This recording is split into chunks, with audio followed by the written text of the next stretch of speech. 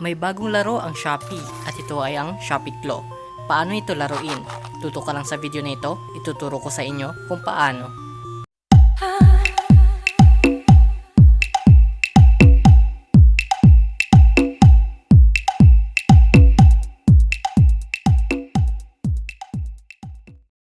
Gamit ang inyong cellphone, pumunta lamang sa inyong Shopee app. Pagkatapos, i-click ang games.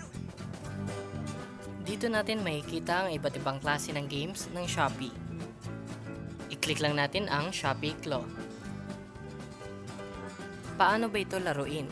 Kailangan nyo lang i-shake ang inyong cellphone para mahanay ang inyong gustong item sa Shopee Claw.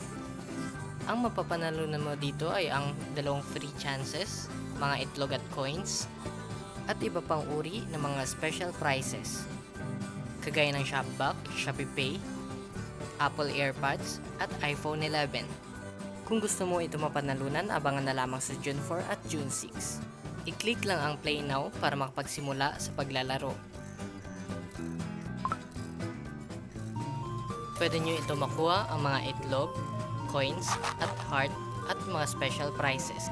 Ang kailangan nyo lang gawin ay i-shake ang inyong cellphone para mahanay ang gusto nyong kunin sa Shopee Claw.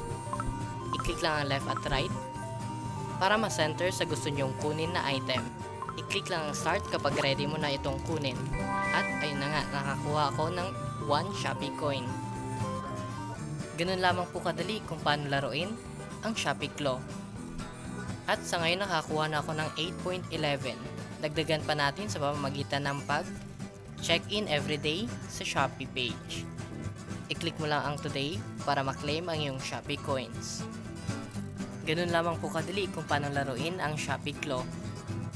Para sa iba pang games ng Shopee, i-click lamang ang link sa itaas para sa iba pang tutorial. Kung nakatulong sa iyo ang video na ito, i-like, i-share, at huwag kalimutang mag-subscribe sa aming YouTube channel na Walang Pasok Updates. Kung ikaw ay may katanungan pa tungkol sa video na ito, mag-comment lamang sa comment section ng aming YouTube channel. Bisitahin mo na rin at i-like ang aming Facebook page na Walang Pasok Updates. Nagpo-post kami dito tungkol sa mga walang pasok na school at mga lugar.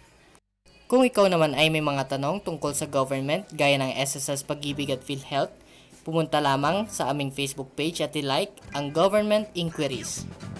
Maraming salamat po.